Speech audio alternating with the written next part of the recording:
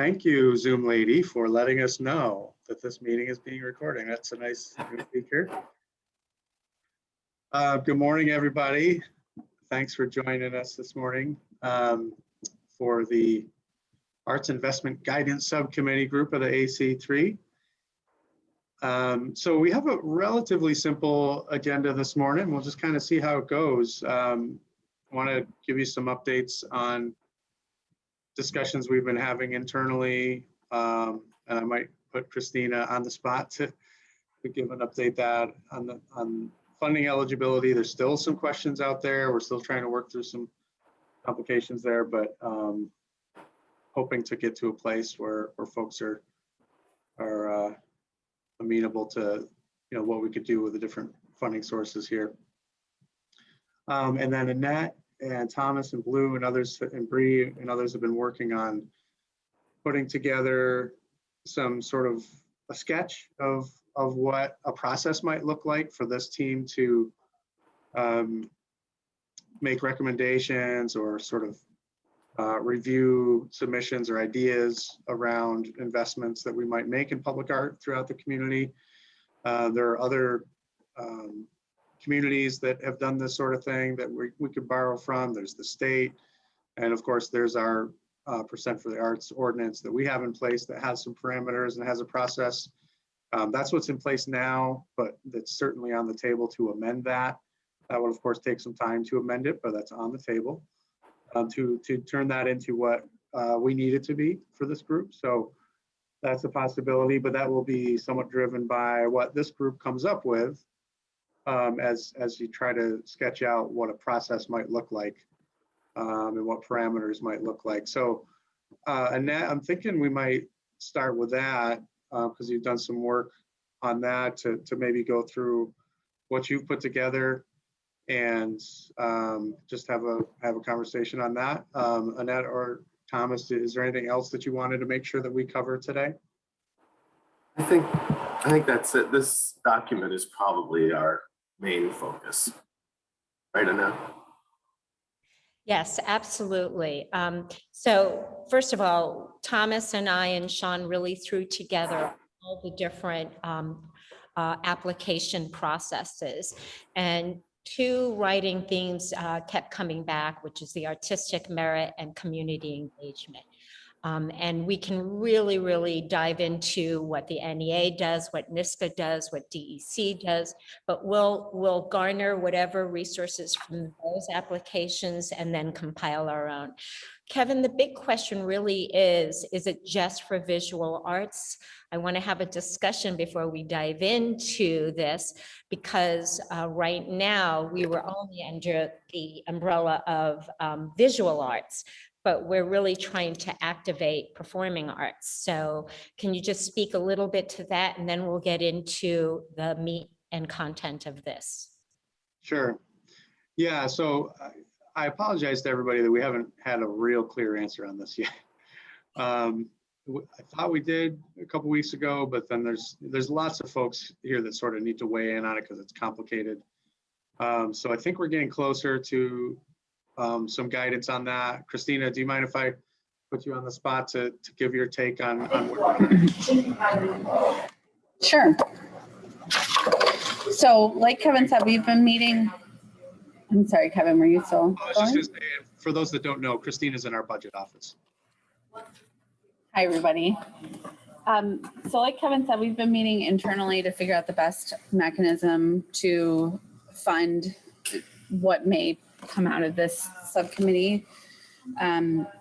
We've been looking at where our current available funds are, which are in capital, which has some restrictions around the types of uses, like primarily capital is meant for physical infrastructure, not necessarily performances and visual arts and things like that. But as the group is starting to brainstorm what the needs are in the community for the type of artistic work that could potentially be funded by that, we're going to continue to talk internally to make sure we have the best way to fund that using the most appropriate budget.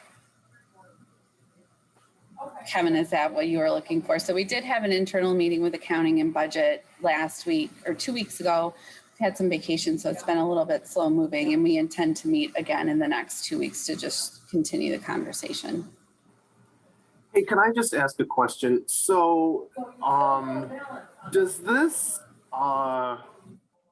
distinction, or I don't know, is that something that city council could change? Or is that something, I mean, is it worth, I mean, I understand you're internally trying to figure out, you know, how to make these, how to make all that work together. Mhm. I just wonder if at the very sort of core of it, maybe just the way this information is solidified in, you know, code or whatever it is that something that city council could just vote to change? Or, you know what I'm trying to get at here? I mean, I'm just wondering if there's a overall way of just changing this instead of you guys having to, and maybe I'm off on that, but I just thought I'd ask. Yeah, in terms of, I think, Thomas, what you're getting at is the limitations on using capital funds, Yeah. so that those are only able to be used on capital projects, so public infrastructure, physical art, that sort of thing. Christina, where does that sort of ruling come from? That So has that's- that limitation? Right, so that's governed by state finance law. So that's I not see. something council could change, like Yeah. the appropriate uses of capital funds. However, as you all are working through the funding guidance, council can weigh in on, you know, what the city's intent is to fund public art, not just capital, like structural art installations. So are more you on the process side of it. And that's where I think Kevin's been having separate Oh. conversations with Johanna Brennan, who sits on this larger body, on how to move forward with kind of reintroducing this to council at some point soon. Right, Kevin? And just to Yeah. remind you too, that the original legislation does require that there's a report to council, both on the public art spend, the percent for art spend, but also on arts spending. And that particular portion of the legislation really hasn't necessarily been fulfilled. I don't believe there's a final report. The argument is that those expenditures are made through council based on the reports of just general capital and project expenditures, but there's not a separate arts report as of right now. So just something to share, that council, you know, will eventually and should eventually be getting something that will be hopefully transparent and public as a result of this. Yeah, Yeah, so- one of the reasons I mean, it's two things that I'm asking here. Well, one is, yeah, I feel like there's probably a loophole for that funding, and I think city council may have a part in that. And then two, I also feel like city council has a bigger role here maybe than, you know, as I thought about the change in administration, I really thought very strongly about city council's role here, which could be a little more, have a little more, I don't know, force to it, in terms of how this develops, no matter what the administration is. And so I just, anyway, that's probably a different conversation, but it's something I think we have to keep in mind, that city council is a friend to this. And so how do we use that in our best, in the best way? So anyway, that's just something I've been thinking about. Yeah, that's a great point, Thomas. And I think we're all open and would welcome that participation by city council to help us find the right solution here. I mean, if we're talking about a restriction from state finance law around the spending of capital funds, that's a lobbying to Albany kind of effort. But, you know, to their point, maybe there's some sort of loophole within a certain percentage or something. I'm going to defer to my colleagues in budget and finance and about whether or not those loopholes could be utilized. But then the other thing that we're exploring that I will also defer to those folks is, you know, is there another source of funds that could contribute to this pot? So just hypothetically, let's say the Arts Equity Fund, as a general idea, is filled partially with capital funds, and maybe those are restricted, but it's also filled partially with a different source of funds that doesn't have those restrictions like operating funds, but those, and Christina or Bree, correct me if I'm wrong, have a different limitation, which is they have to be spent within the year or they go away. So you're kind of trading one limitation for another, but maybe those limitations are okay to deal with. It's just, we need to be aware of those constraints. And also, I mean, I don't need to harp on this, but also, you know, city council perhaps could also kind of define capital spending. I mean, so for Art Walk, you know, it was federal money on it, but we actually found ways to use that and say this was also part of the streetscape or whatever it was. And so, I mean, I'm just thinking if we think a little creatively here, we might not need to change what's, you know, the parameters, but within those parameters, we might define things differently for the best purpose for this community. So anyway, there's just some things that, and I think city council could be helpful with that. So. Yeah, another thing that we're trying to navigate as city staff, because what we're called to do is to serve all of the citizens and residents of Rochester. I think we have to acknowledge that this group and the larger AC3 is pretty heavily weighted towards performance arts, which is great that we've got a variety of performing arts represented here, but the presence of capital art and sculptures and murals and that sort of thing, those are just as much a part of the arts community and just as valued, and as far as I could tell from the community at large. So we have to make sure that we're balancing that, even though this group is heavily weighted towards the performance side of things. So that's just another thing to consider. So we'll keep talking about that. And again, I apologize that we don't have a more clear answer just yet. So we're still navigating that, but hopefully we'll get back to you soon on that. And Annette, I hope that helps a little bit with digging into what you've put together, or if folks have any other questions about that. So based on that standard, we're really at this moment kind of looking at visual art and public art. With that, we're going to start off. Kevin, can you share the document and start with the first page? And Thomas, would you like to chime in on the artistic merit and excellence of the artist? Because that's something we want to really embrace as a criteria for artists. Did that work? I've got too many screens going here. Are you seeing the Word document? Yes, we are. Yeah, go ahead, Thomas. Okay. Well, initially I just sort of wrote up something that was like 2 pages. Thank you, Annette, for getting the real meat of this in here. Two things that I was very passionate about was artistic merit and community engagement. And these two things are not set in stone about what they are. Certainly, from NEA, NISCA, they've got their criteria. But, I believe for our community, we need to figure out our criteria, which may or may not be the same thing as for someplace else. For example, artistic merit, the reason I think it's important for us to put artistic merit in here is just because we need to have some way. Yes, I wish we could just everybody free for all. That would be wonderful, but that's not really the way that's going to be the best for this community, and it's not going to work the best of free for all for this money that's very limited.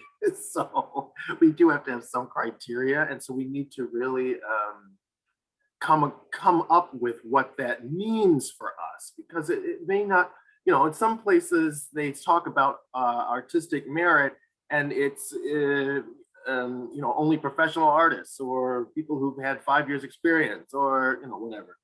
And so that, I think that doesn't fit what we're trying to do here. And so we do need to come up with ideas on how to do this. Now in here we put about, being able to carry out project-based idea, do a project, or you've done a project before or whatever.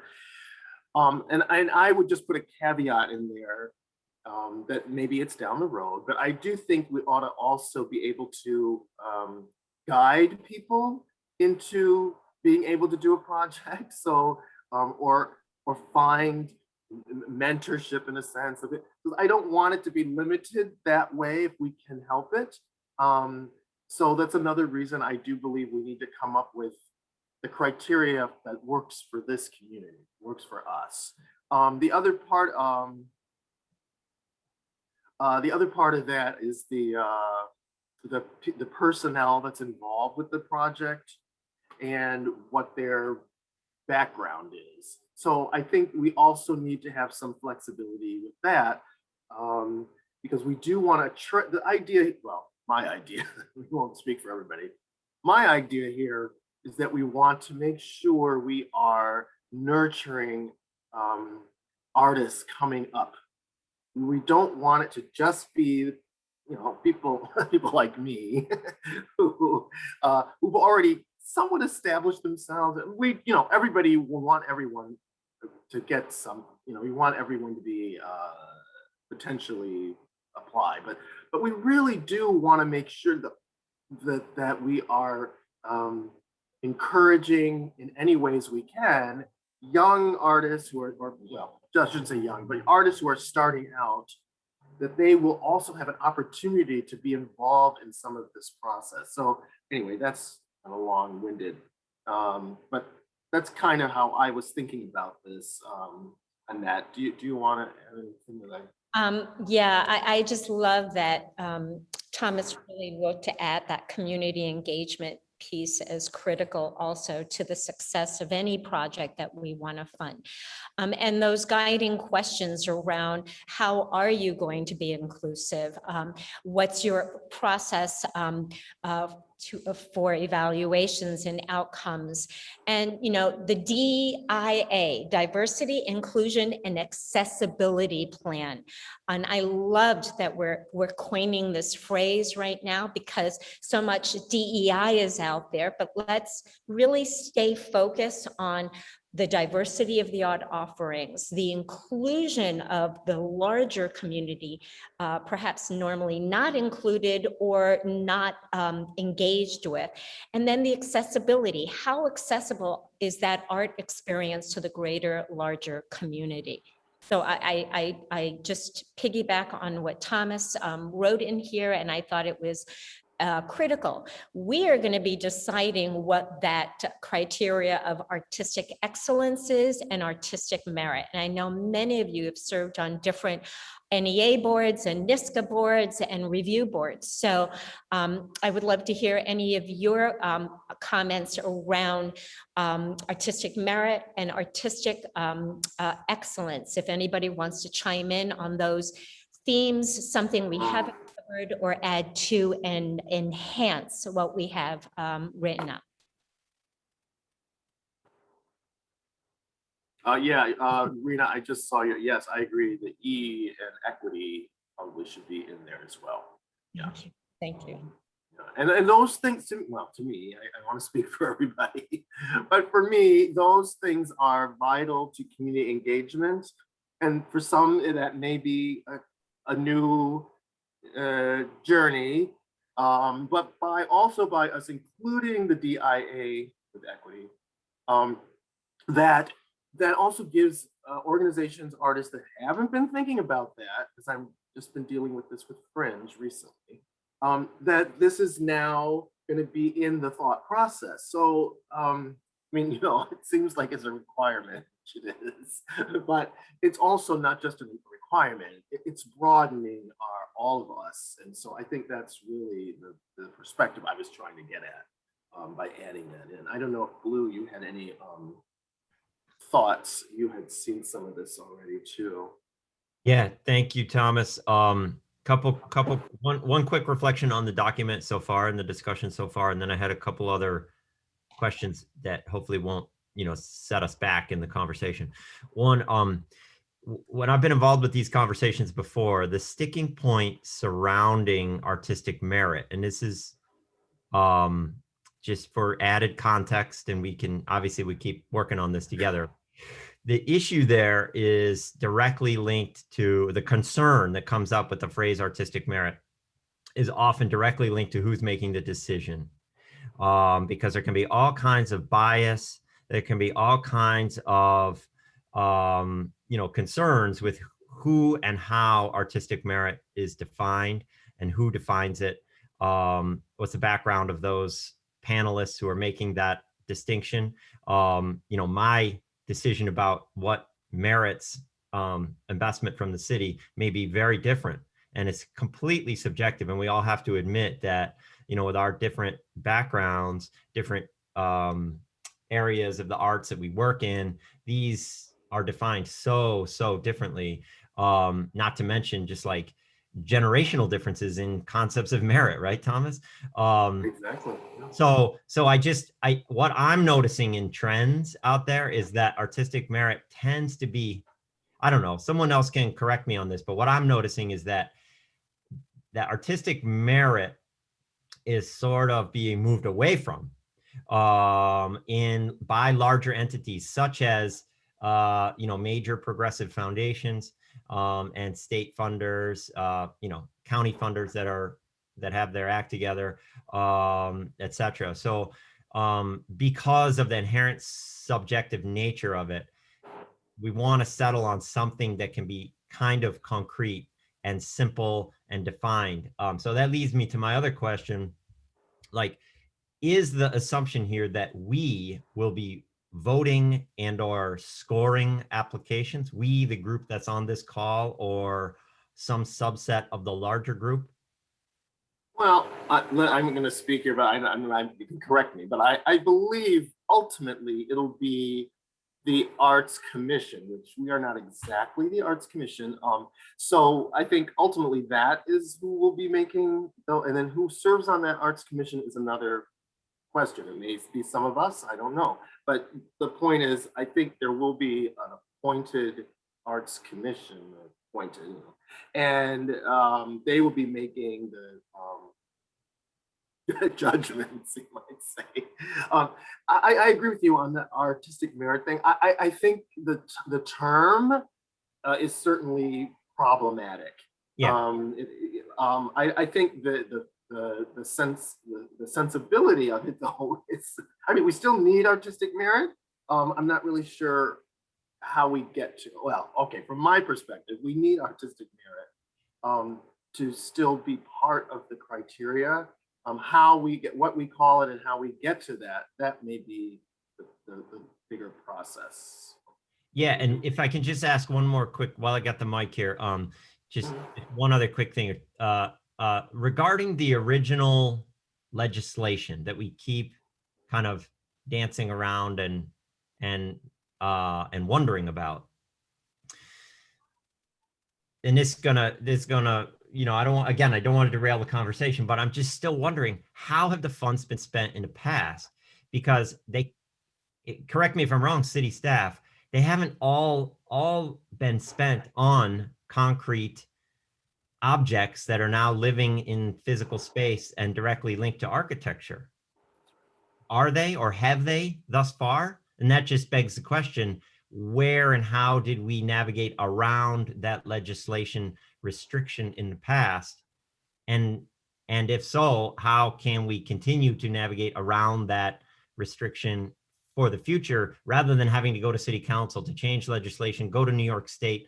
It just sounds so daunting to me. I'm just wondering, why don't we revisit what has been spent on in the past? Yeah, it's a fair question, Blue. And so my understanding, digging back into the past, is that all the money that has come from the Percent for Arts ordinance has in fact been spent on capital art. But the city broadly has spent money on non-capital art, performances, experiences, events, et cetera, for sure over the years. It's just that money did not come from the percent for arts ordinance, so it had a different source. So Bree or Christina, do I have that correct?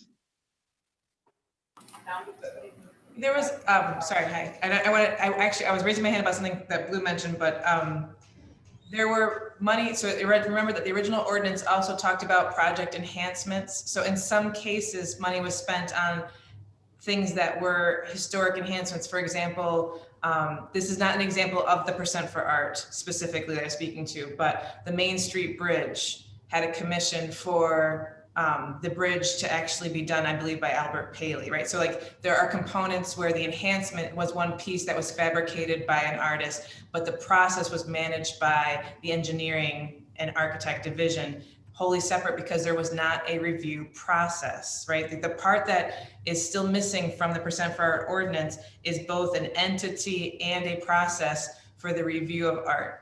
There's also several examples of public art, including a library project where the funding and the process went entirely outside percent for art. We just had funding we determined that we wanted to allocate within the project budget. So the library's Rundle Terrace project is an example of that. Another example is the Erie Harbor Park project. That was something that is not through the percent for art process. An upcoming project in the future will be art installations along the Charles Carroll Plaza outside of percent for art funding. So I just want to mention that I know that there are individuals, and I don't want to speak for Kevin, that are tracking down where the expenditures went. I just want to also mention that in multiple years, there was no allocation, right? So I know we go back to 2009 in terms of when this actually went into place, but there were many years due to the last recession that there was not an allocation for art. So we're not sitting on a big pot of money. So I just want to mention that. But the one part I just wanted to kind of put in here, because Holly Barrett is not on the call, is a way to make sure that there is also a piece for technical merit that will have, in most other arts commissions, there is typically a either landscape architect, engineer, or architect on that commission that can provide that perspective. And I think that may help to take away some of the issues about the perception of equity with respect. I think you can have someone who can be very black or white on the technical merit. So I think that will take away some of the question about merit if we actually can carve out a portion that says technical merit versus artistic merit. But with that comes the whole equity issue of, we've been building up certain artist organizations who have the capacity to design the technical merit and have the resources to bring in the right people to help with that technical merit. Most of these larger arts installations require an engineering stamped drawing.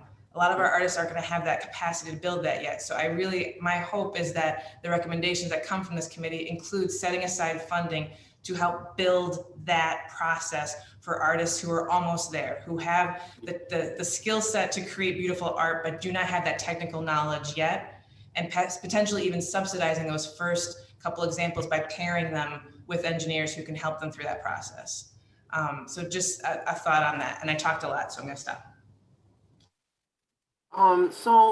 Just going back a little bit, I keep getting us off, but it seems like there then are potential pockets of money somewhere else. Like, for example, let me just bring this up, that Art Walk was offered some money a few years back. I don't really know where that money came. It may have come from recreation and whatever that's called, or parks and something in that area. I don't know if it did or not. I don't remember really. But then eventually that money got shifted. We decided to shift that money over to Black Box. I'm hoping it got shifted over to Black Box Theater. And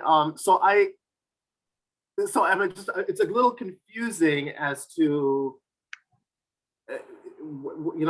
okay, well, all of a sudden there was this pot of money though, and then but it isn't always this pot of money, or I'm a little confused about how the city actually, and I think by not seeing the past, it really is a little complicated about how does the city actually spend money on arts, because it does seem to be a little haphazard. Like, well, I don't know. Maybe I'm not, I don't know the full picture maybe, but it does seem haphazard to me of how this works. And so if this group is going to somehow be a major player in that, I think we need as much of the information as we're able to have, because it seems like we're a little bit in a vacuum here, thinking, okay, we've got this pot of money, but actually there's all this other thing that might help it.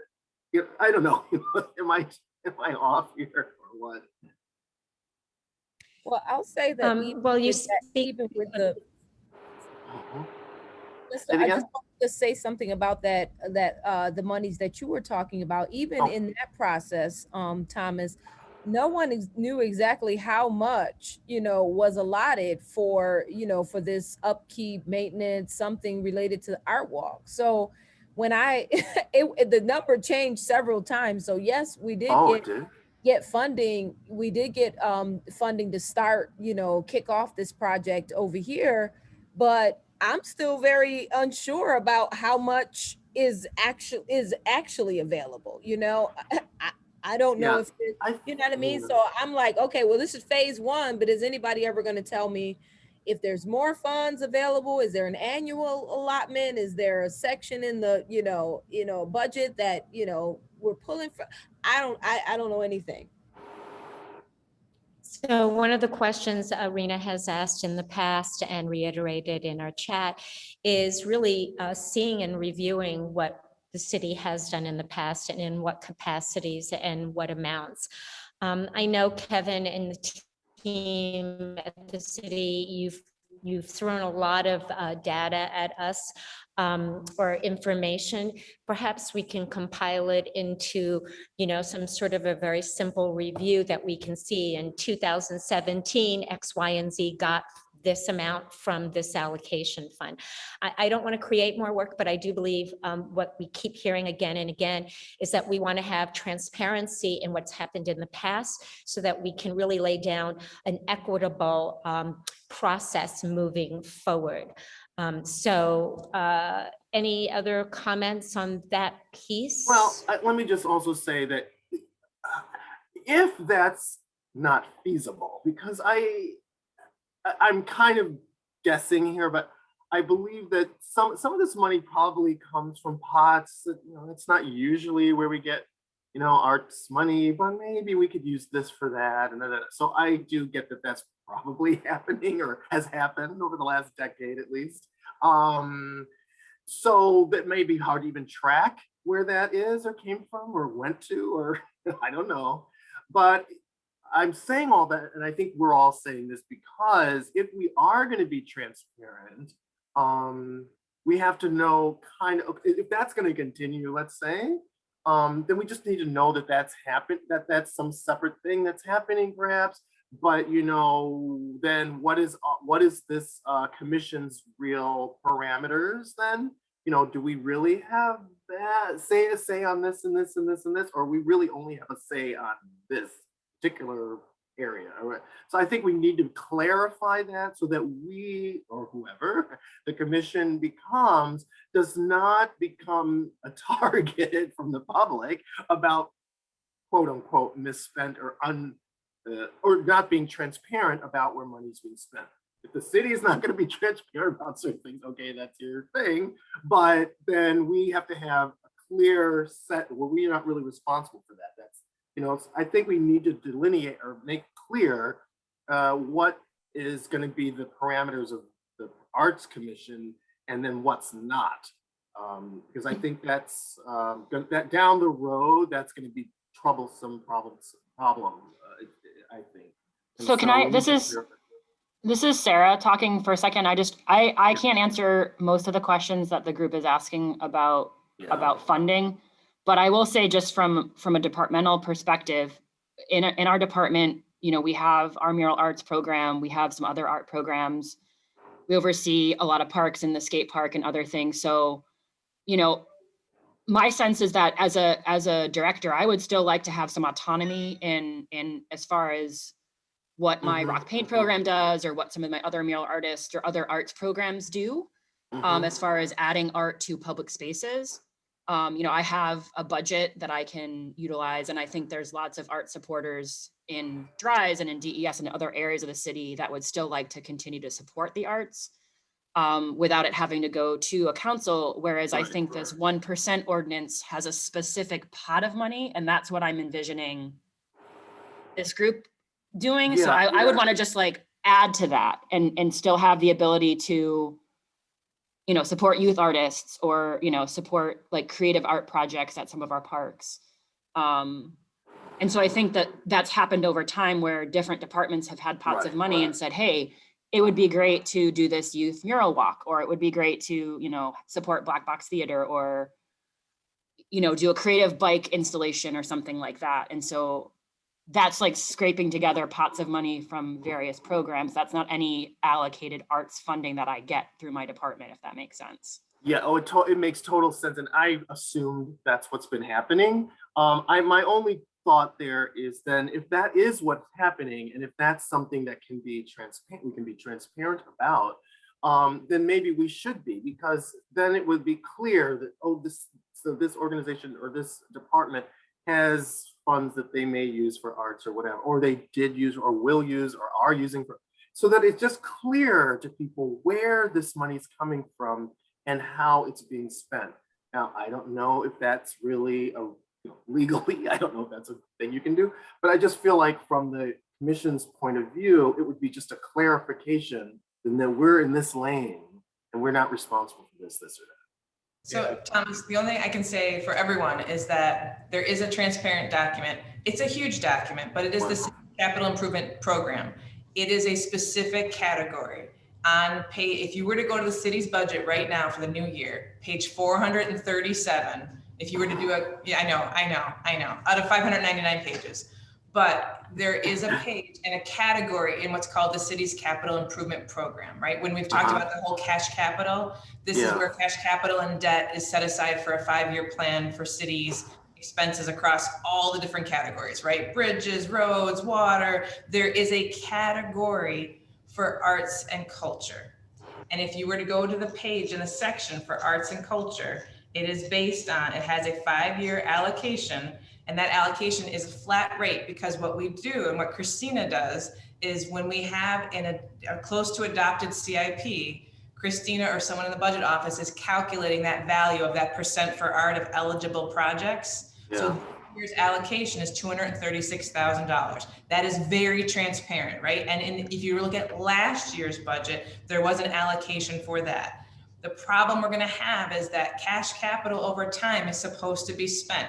The reason we like it is that it doesn't have to be spent in our operating budget year from June or July 1st to June, but it is supposed to be spent within a certain time frame. I know the problem that Kevin and budget staff have run into is that original allocation back from 08-09 is in a way, it even predates our most recent financial system. So I think they are struggling to get all the information. It is not, and I believe me, if I could find it today, I would try and find it. I can't find it. And I have, That's what I figured. So Sharika in my office, we were looking for it. We were. I figured that's what was the issue, yeah. Because, right, so it's nice, we have a system that goes back now many years where we can see contracts and we can see things in the system across departments. But my argument for you guys is that I would focus on this current % for art, because it is being carved out in a way that is currently transparent and is currently not assigned to a specific department to administer.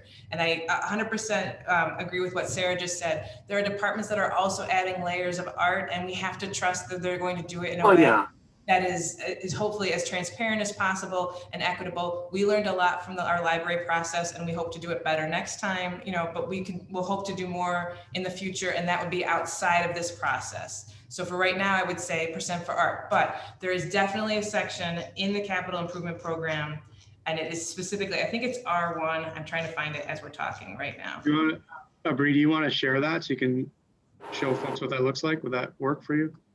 Let me see if I can do that. So as Bree takes a look at that, I want everyone else to really think about the artistic merit, excellence, and defining what that means. Blue, you're 100% correct based on the panels that I have served on and the demographic makeup of those panels. Artistic merit can be defined in many different ways. So here's where we get to be empowered as this group to create what we consider a standard for artistic merit and excellence, and including the technical aspects of creating art in our city. We are there. Great. Perfect. Okay, so page 501. There she is. It's not very exciting, but this is the year that we're in. So July 1st, so this is the allocation. These are placeholders for future years. They would get refined based on then that percent for art of eligible projects. And again, the way that the original ordinance was written, eligible projects don't include federal funds or county funds or state funds. It's the city's local contribution of projects for value where the total project is over $1 million. So there is someone in the budget office that is calculating that.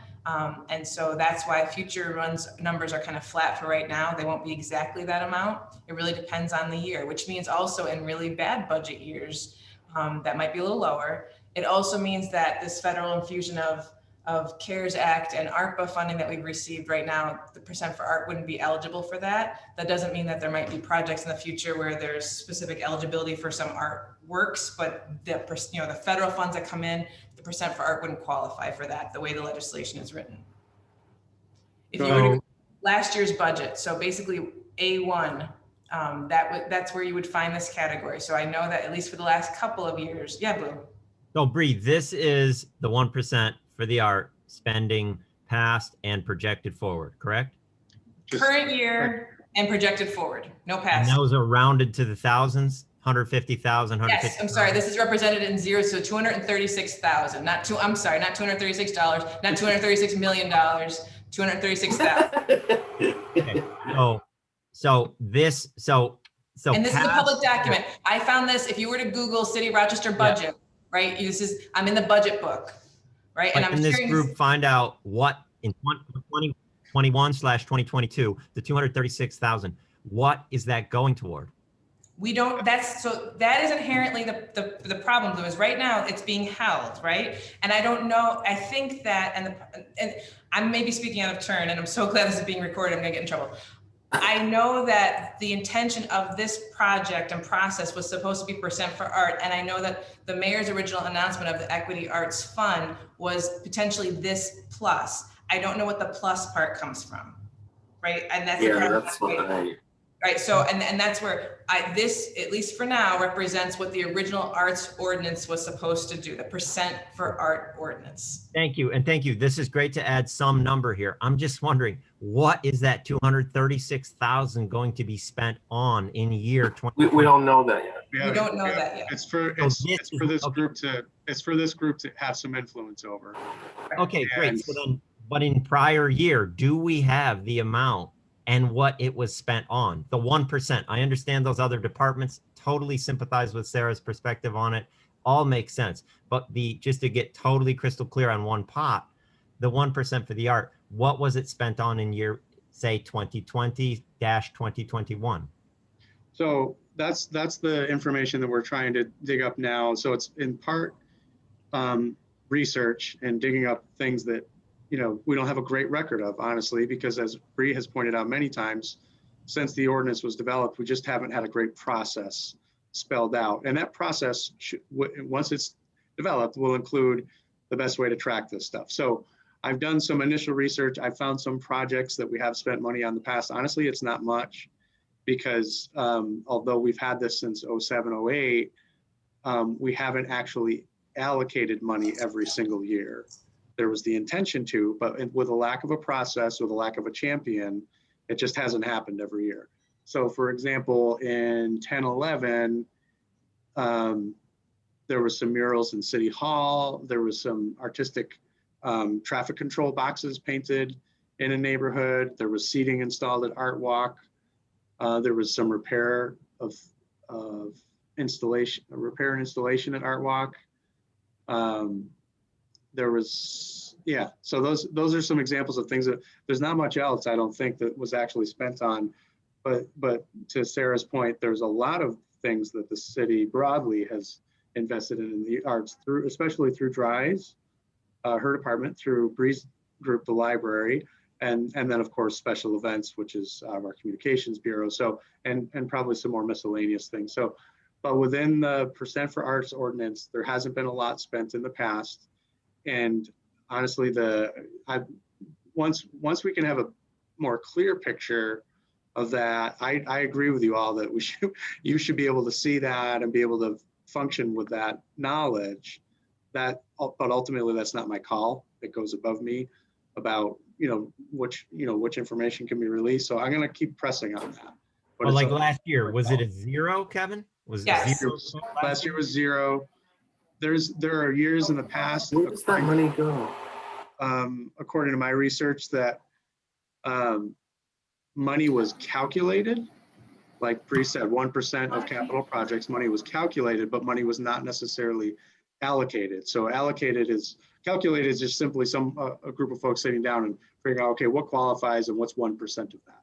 Allocated is when there's an actual council decision to take that money and put it towards something specifically. So there have been years where we calculated, but nothing was allocated. And again, that goes back to not having a process and not having a champion for that. Right.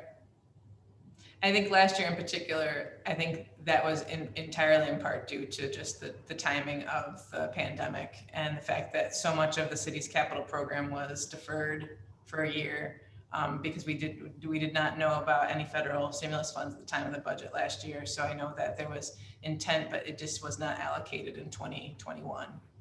So July 1st, 2020, there was no allocation.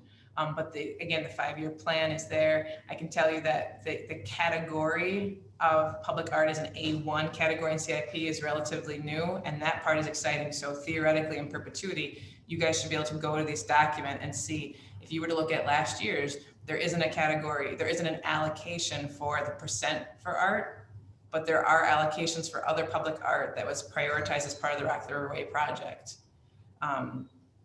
Do we know how much was eligible to be a part of that 1%, to go into that 1% pot for last year or any past years? Like I'm not what sure the what you figure mean. would have been. So someone calculates, I'm not talking about allocation, someone calculates, here are the capital projects. Here's the city's contribution to those projects. This is what the percentage is for 2020, 2020, 2019, et cetera. Like, does that calculation exist? And can we see that? Like what that's been, let's just say for the past 3 years. Yeah, that calculation exists. I don't see why we wouldn't be able to share that with you, but I have to run it up. But you have to ask because. Yeah. I'd be curious to know, because to me, that makes the difference between starting out with, 236,000 or starting out with, triple that amount in terms of trying to actually start off with an equitable plan for how we're going to, that commission will function in allocating, art throughout the city. And I'm also thinking about impact, what kind of impact we could have if we really, really went back and said, we're talking about this pot of money to start off, and then moving forward, like we said, with a really transparent and highly engaged community activated to move forward on the next 3 years. Yeah, so it's, based on what Bree was showing, it's 236 to start with, and then projected 150,000 per year after that as an estimate. But then to your question, Rena, about in the past, to clarify, if an amount was calculated but not allocated, it's kind of no longer relevant to us. If amount was calculated and allocated. That means Does that mean that it's gone? funds are gone. No, it in the sense that Kevin, if I could there isn't anything that was actually set aside, so it's not gone. Right, if I could just interject, and I'm, to be transparent with you all, I've been the budget analyst for capital for less than a year. So, however, even though the percentage was calculated, that does not mean that the city had the funding available to set it aside for whatever that fiscal year was. So we likely have notes on prior year calculations, but you will see the real allocation, the real money that was set aside and actually put in a budget line. When you go look at the budget documents that Bree showed you, they're all available online. We can walk you through that in a future meeting when we can prepare for it, but you will see there are many years over the past 10 years that did not have any allocation for whatever reason. I know there were a few really difficult financial years, back around 2010 or so with a recession. And then again, these last 2 years with the pandemic. But that is information we can get for you and put it together in a clean way so you can see that. I will say, like Kevin said, there is 236,000 currently available, like Bree said as well, that is, I think we're all hoping this committee will tell us the best way to use it on public art. And then other conversations that you have about other needs for performing arts support and so on, we will have to, continue to talk about and figure out. Capital is not the best way to fund that, but maybe there's another opportunity somewhere else in the city with other types of funding available that don't necessitate us doing any state lobbying. That's not, I don't think, something we should be spending a ton of time on. I think we should really understand what the needs are, what the guidance is that you're putting together. I think the RFP will be great. That will give us a really good gap and assessment of what's out there, what's missing, and then go from there to look at that plus funding. I think we referred to it 1% for art plus, whatever that is. Right. Well, So that was me talking a lot. So. No, thank you, Christina. That's great information. I guess I'm still a little confused because this plus money that we keep kind of, and that the mayor kind of alluded to, we still don't know exactly what that money is. And so it's hard for us to really, if we don't know what we're working with, I don't know how. I get we can figure out this capital money, okay, but there's a broader picture here, and I'm not sure we can create a broad picture if we don't really know what that picture is. It's a little complex here. Yeah, we definitely need to keep working on that and figuring out what that is beyond the capital funds. But keep in mind that this group, providing guidance and making decisions on $236,000 is no small task, even if it's just limited to capital art, physical art. It's a major undertaking for a group of volunteers and a couple of city staff. So if we can add some gravy to that and add the plus and additional sources, let's figure it out. I'm all for that. But we have a lot to take on just to figure out what to do with this first pot of money. And also I'll remind that we're talking about using some of that money. I don't know how much. Some of that money would go towards to developing the arts master plan or the creative community empowerment plan. So not all 236 would go to sculptures, murals, et cetera. So, but Thomas, I totally sympathize and appreciate, and I feel terrible that we don't have more clarity on this because there is a lot of sort of miscellaneous things out there. And we want to give you the complete picture, not like you sort of summarized before, Thomas, not just, what is your lane and what you're going to be administering, but it also just spelling out what else is out there. So even if you're not influencing what Sarah's group is spending money on, let's make sure that that's transparent to the public, that in addition to what this group is doing, the AC3 group is doing, the city is spending money on all kinds of arts through multiple other departments. So you're at least, telling the full story, even though the AC3 is only responsible for a piece of it. Yeah, I think that is really vital, that information, because the thing is, all right, maybe we should really be spending our time figuring out what to do with this $236,000.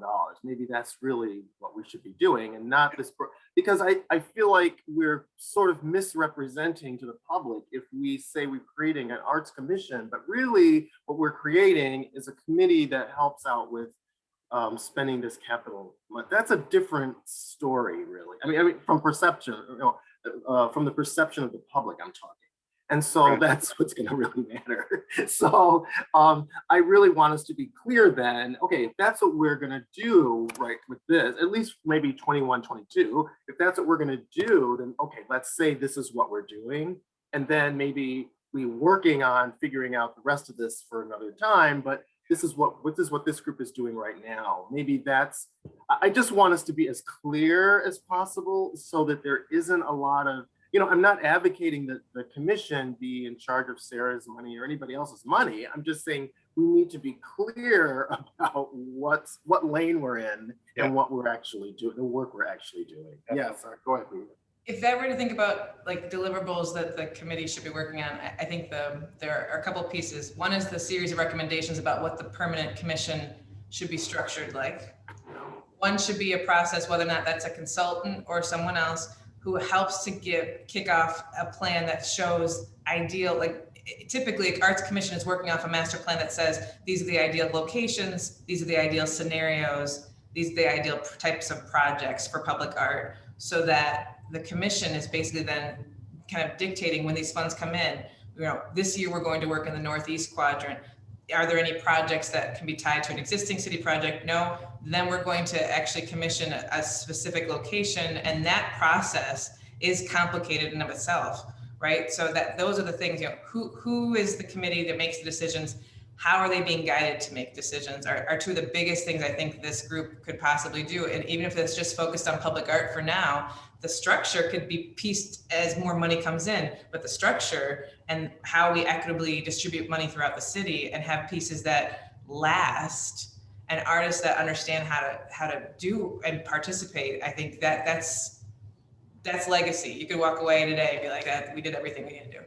Okay, I'm fine with that. What you're saying. I'm fine with that. If we're going to focus on public art, then that's one thing, so that's fine. It's just, if we're not going to focus on the larger arts community, then we need to say that. I mean, we can't really be saying one thing, but really doing something else.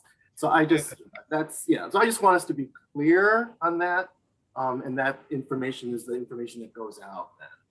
So is it comfortable to say that there's a phase 1 and phase 2 that we work with? Right. I think that, because I think the thing that's hard is this is so massive and there's so many pieces that may not be fed to the committee in time in terms of information.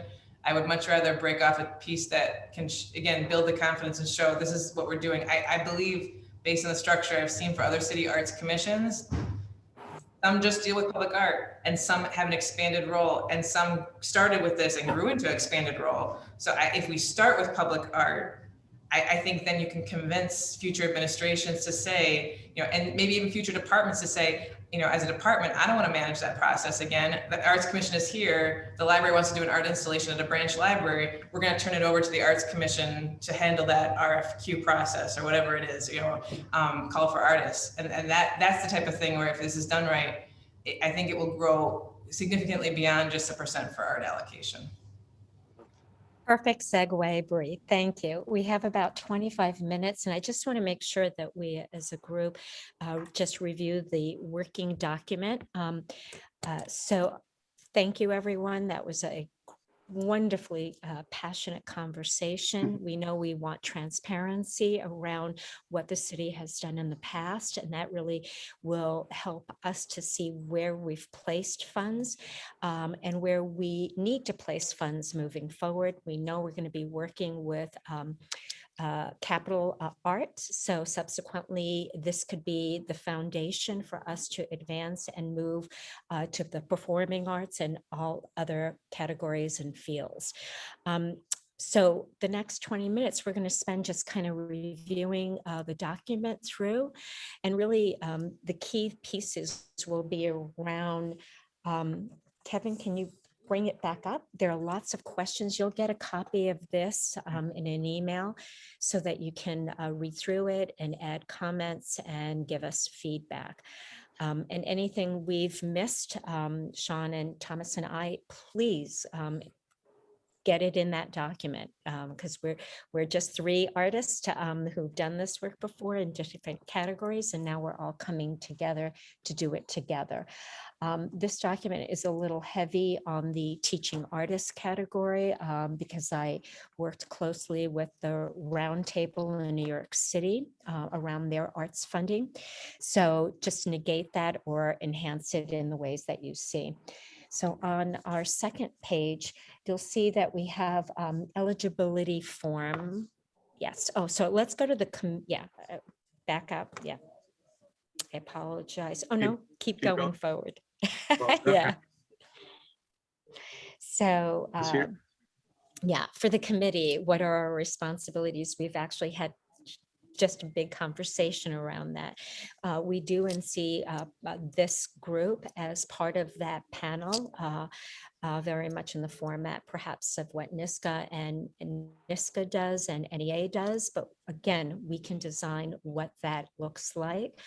I do believe that there should be artists on panels always reviewing artists' work, but that's just my personal preference.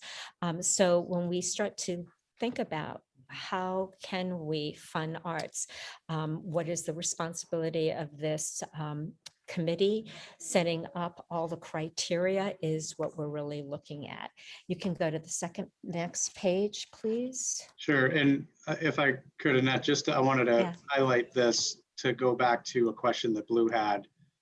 That yes, we are working towards what the Formal Arts Commission will be doing, but we as a sort of interim committee, ad hoc committee, play a role in guiding that funding, the 236 or whatever it's going to be in the interim until the commission is formed. And the expectation or the rough plan at this point is to simultaneously be working on a master plan, and the master plan will inform it even more. And a Formal Arts Commission won't come until the master plan is done, because the master plan will speak to how that commission will function. Thank you, Kevin. Can I just rephrase? So basically, we should all be looking at this document as if we are very soon going to be reviewing proposals that came in under this application criteria.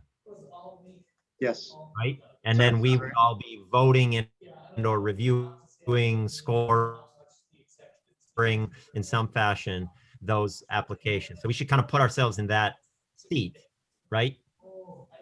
And those applications would be for capital physical art only at this time, because the 236 is linked to physical objects only.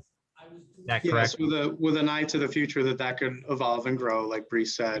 But also, this is one piece that I'm not sure how much you all want to get into, but I'll just express it as a need of the city. And that is, in addition to doing some sort of application-based process, competitive process, the city would love to have some just sort of bigger picture guidance on where in the city there needs to be some public art and specific project ideas. Maybe there have been specific project ideas rumbling in all of your brains for years that we may want to pursue.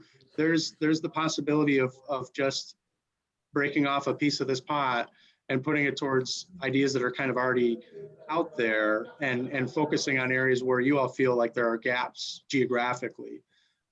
So that may or may not be sort of folded into this. Maybe it's done separately, but there's an openness to that that sort of guidance from this group to the city, because we know we're focusing on downtown and the Riverway and that sort of thing, but there are neighborhoods that don't have much at all. So definitely. And then as of right now, these projects would come in and they would be driven by the artist or the organization. I want to create a sculpture in front of Avenue Black Box, and I'm this artist. I've done X, Y, and Z before, and I would like to apply for one of those $10,000 grants to do this sculpture on this corner, correct? Something like that. Okay, it just helps me understand, like that's the kind of thing that we should be funneling through this strainer, and see if the strainer is in fact, like, are the holes the right size to let that project through, or is it built because we don't want to overbuild this application process. If our grants are only for 5 or 10 grand, we don't want a process that's more catered to $100,000 $1 million public artwork, right? So I think that's helpful to look through the rest of it. Sorry for the. No, it's the a whole perfect segue, Blue, because really the other subcommittee is also going to influence us as they create the master plan and the process as well. So we're really working separately, but really in alignment with each other. So viewing the rest of the document has to do with the actual application process and the criteria that we're looking at. That is what we were empowered to do. That's what we're going to look at moving forward. So the eligibility form is basic information. You can go down to the next page. These are Q&As. I'm not going to waste a lot of time around this, but I do want to say that first question could really lend itself to the sense of who are we approaching? So again, I put our education practitioner. A visual artist might not be that. So again, clarifying the definition of artist is going to be critical for us. And I just gave you examples of what the roundtable has used in the past. They actually give definitions in an application.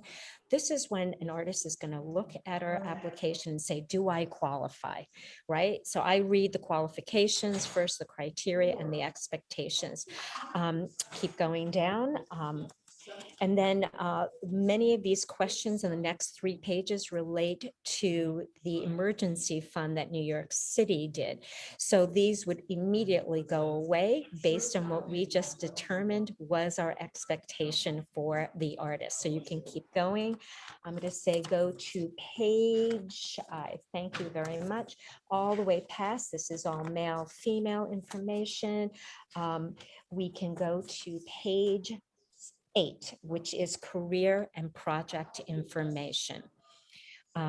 So we want to understand who the artist is, but now we're really looking at what is this project about? So career and project information is really where we want to spend a lot of our time reviewing and deciding what is the most important information that this application can give to a panel to review to best qualify them for.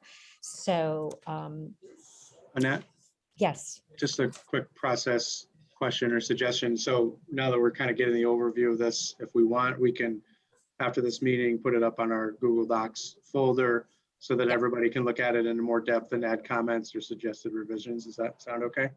Perfect. Absolutely. And so really it's how do we, what are our standards of expectations and outcomes for this kind of funds? And I want to just reiterate a piece that Rena has mentioned in the past is that our vision should be connected to all of the art happening, including Sarah's project. We don't want to take over her project. We want to complement that project and vice versa. So there should be a complementary element of alignment. So the work that's being done on Clinton Avenue is aligning with the work that's being done on Joseph Avenue. They're 2 streets apart. So subsequently, how can we enhance that connection and some additional resources that organizations can share in activating public art? I So had a yeah. question about that. Sorry. I really like that suggestion. And Sarah, to put you on the spot, how feasible is it to sort of list out what the various investments that you're making? And I would say this goes for the library and special events too, so that we have sort of a geographic picture and could maybe identify gaps, or as Annette said, sort of leverage and build on other investments. How feasible is that? Because I know you've got so many different things going on in ways that you're investing in the arts. I think it's feasible to identify some of the stuff and geographically identify it. I guess my only concern is some of it we do very creatively. And so I don't want to draw a bunch of attention to some of the things we do creatively to make sure that we're funding youth artists or, that would be my only concern. But yeah, geographically or anything like that, I mean, we're happy to partner on things or collaborate or, you know, add to if possible, for sure. I mean, Yes, we our can- focus is primarily on public spaces, parks, obviously, you know, anything to do with youth. So rec centers, libraries, we've already partnered with those a lot. Yeah, so we could defer to you if there's some sort of a filter that you want to put onto that because of the, you know, the autonomy that you need in your group. But for whatever investments that you are making that you're willing to share, we can help on the mapping side of that. And Bree, I don't know if you would consider that applicable to your group as well in terms of where that, or is it just simply programming that's happening within the library buildings?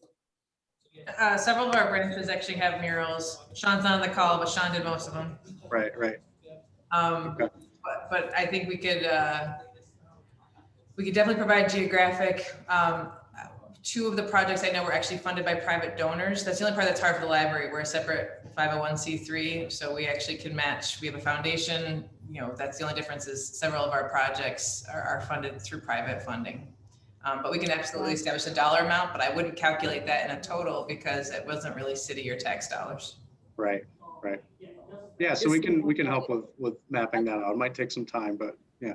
Yeah, I love the idea of knowing, you know, really like just taking inventory of the projects, not so much focused on, like you said, where, you know, where the money came from and how much. Like for those sorts of connections, I think it's just really helpful to know this is what's happening, you know, behind this library, you know, and that connects to, you know, that helps us be able to start thinking about like how to connect the dots with some of this and really look at building up neighborhoods, you know, using the arts.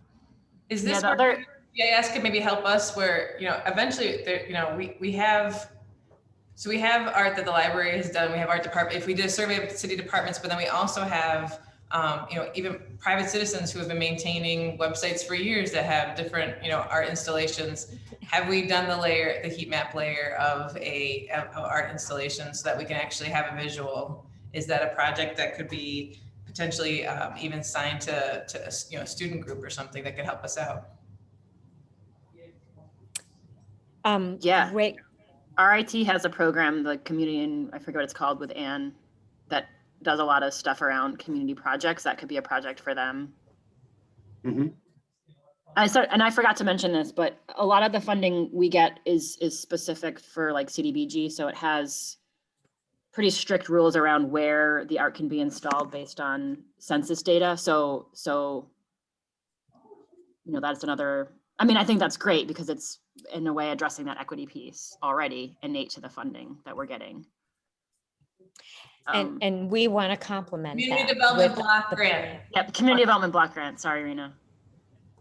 The other thing I'll say just selfishly here is I think it would be cool if we could somehow incorporate some youth artist piece into this. If there's any way that these adult artists that get these contracts could somehow get extra points if they can creatively involve youth, or we have a lot of youth arts programming in the city through the libraries or through rec. And a lot of really talented artists that are young people that might not be able to take on an application like this, but could be a great support. Well, I think that's part of the vision, Sarah, is that we have BIPOC art organizations that do already mentor and support artists, young artists of color in our community. So activating them activates their arsenal and their community of young artists. Borinquen Dance Theater is a classic example of that. So we're here, we're sitting in the room with you. And the goal for us is to be clear about what we have and set that standard of criteria to make it more equitable and more diverse. I think we're all speaking the same language.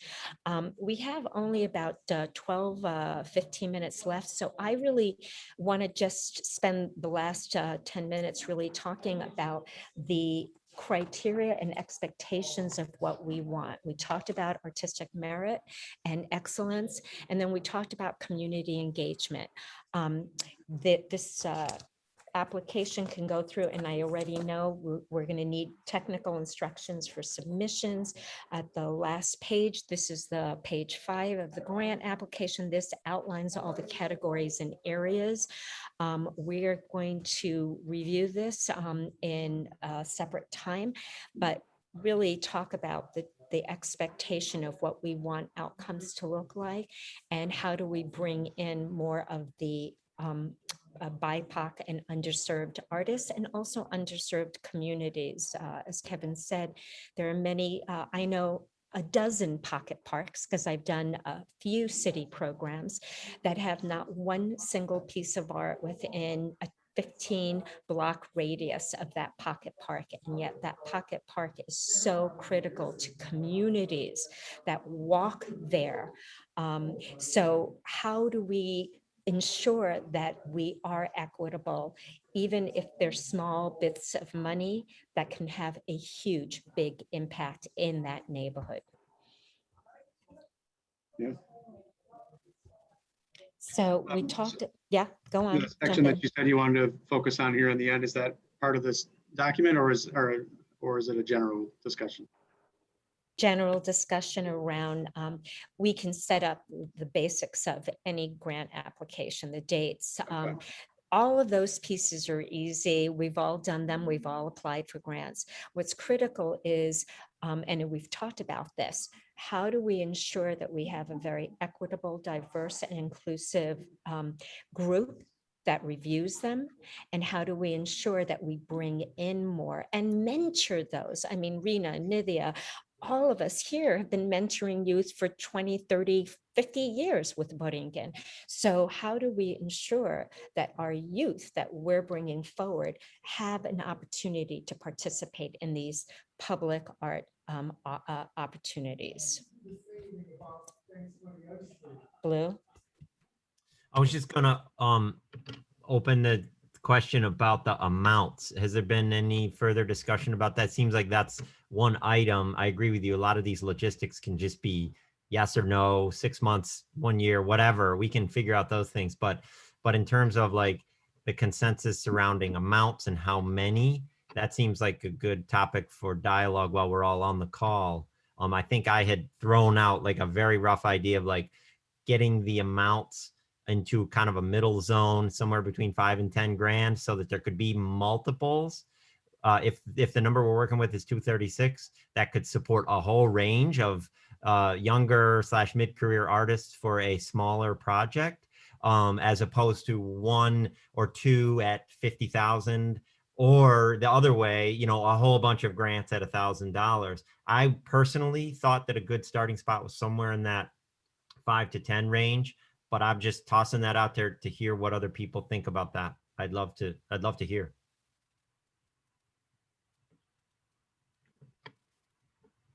You're mute. Annette, Hey, you're on mute. Annette, you're on mute. I apologize. I'll chime in. One of the things that I absolutely hate seeing is when a major institution does get a large chunk, and then the trickle down economics is that they only want to pay me $50 to do the real work on the streets, in the hoods, in the parks. So we have to ensure that our criteria absolutely holds any major art institution, and we're talking small and mid-size at this point, but they also have to be equitable within how they create that project and work it all the way through to conclusion. Did we already say whether we are making this, it would be made available to individual artists as well as you know, organizations? Or how? Rena, yeah, it's a discussion now. I mean, I'm looking at individual artists and I'm looking at small and mid-size, and they're going to be different criteria. Some artists don't have a DBA, or don't have, you know, all the expectations of what a grant does.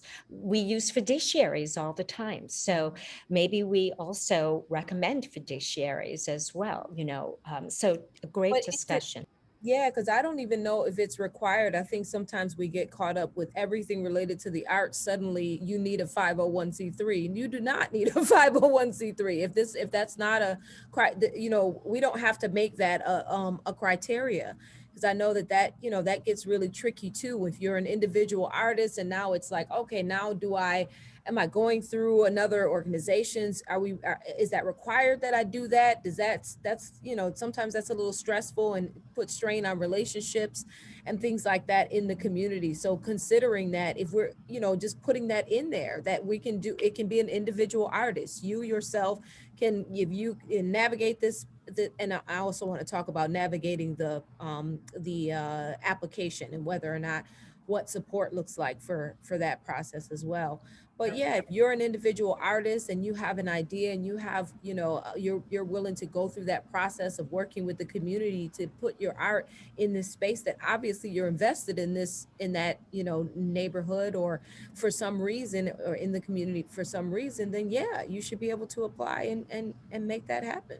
Rena, Annette, one thing that the city I think will not yield on, I can't imagine why there would be a restriction for it being a 501c3, but professional liability insurance will be a non-starter for this. All individuals and organizations will have to obtain and maintain that for any of these projects. So there were times when I think, Annette, you may be able to speak to this, and even Thomas and Nydia, is that we've been able to somehow, there's a waiver that you can go onto the state side. I think it's the, what is it called? Like a CE 200 or. There's a workers' compensation exemption form for workers' compensation, but I believe and that's one thing that it might be worth asking Kevin as a follow-up to Johanna Brennan. I believe for any public art installation, that will be just a mandate that will happen, and the liability insurance would be separate from the workers' compensation insurance.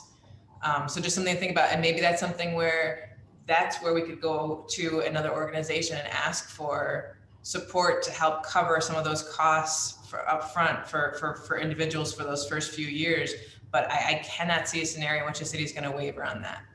Yeah, I think in the past we have gone to under other organizations that have that, like a rider, or I don't know what they call it usually, but yeah, that has happened in the past actually. But you're right, there's no way that the city can, and also with government money, I mean, I may be wrong on this too, but there has been, I don't know what it's like now because I don't really apply for things, but there has been a requirement about the 501c3 because of the government connection to that money, and then how it's labeled or something like that. And so that's also been then, like before I had a 501c3, I went under somebody else, some other group. Well, at that time it was the Arts Council, and they had a program actually where they would be the fiduciary for artists and arts organizations that did not have a 501c3. Now we don't have that particular thing right this moment, but I do think it's something that we need, and we need to figure out how that's going to work. And I will chime in, Buffalo's doing that already with the CARES Act. There is one art organization that is an advocate, and they are serving intentionally as a fiduciary of artists so that they can empower and mentor and curate that art. So they didn't skip a beat. Unfortunately, we're not in that position here in Rochester yet. So great conversation. I'm with Rena. I want to be able to fund artists and ensure that artists are funded through small and mid-size, but also independently with just a fiduciary acting as the go-between for money allocation. That's what a fiduciary does. Overall. So great dialogue, great conversation. Last few minutes that we have is 2 minutes here is just really, we're going to be sending you this document. I would love to see us really hone in on the qualifications of the artist and the qualifications of the art organization, looking at the design and the development of our review and panel board, and where we as a committee and individuals want to take on some of that work. Thank you, everyone. Always exciting. I learned so much in these rooms. So I am totally loving our dedication to the work. Thomas, do you want to make any additional closing comments at this No, I time? think I've said enough today. Sorry. Kevin, pick it up. One more quick thing, just to respond to Blue's suggestion about size of the grants.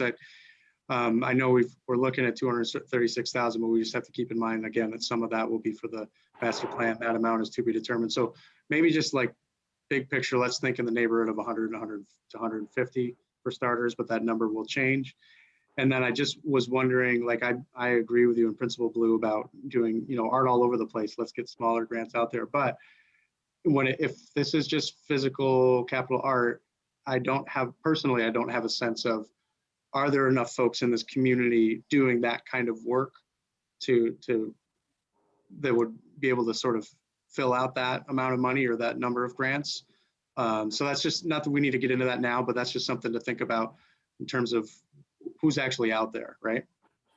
I think to that part, absolutely. Cool. And I think, once we start including, remember, like, let's say somebody's going to do 2 traffic boxes for that, or somebody's going to paint a mid-sized mural. Once you really start opening this up and thinking about all the ways in which public art already exists in our community, to refresh and or add 20 new sites. Again, I'm just tossing that number out there. But if there were 20 sites that were spread all around our city that were all impacted through this and possibly balanced and adjusted for past investments in certain neighborhoods, which I'm all in favor of shifting, I think that would be incredible to hit 20 locations and impact them with something new and fresh.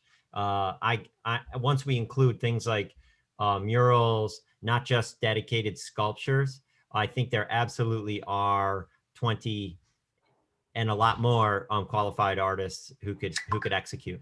Cool. Good.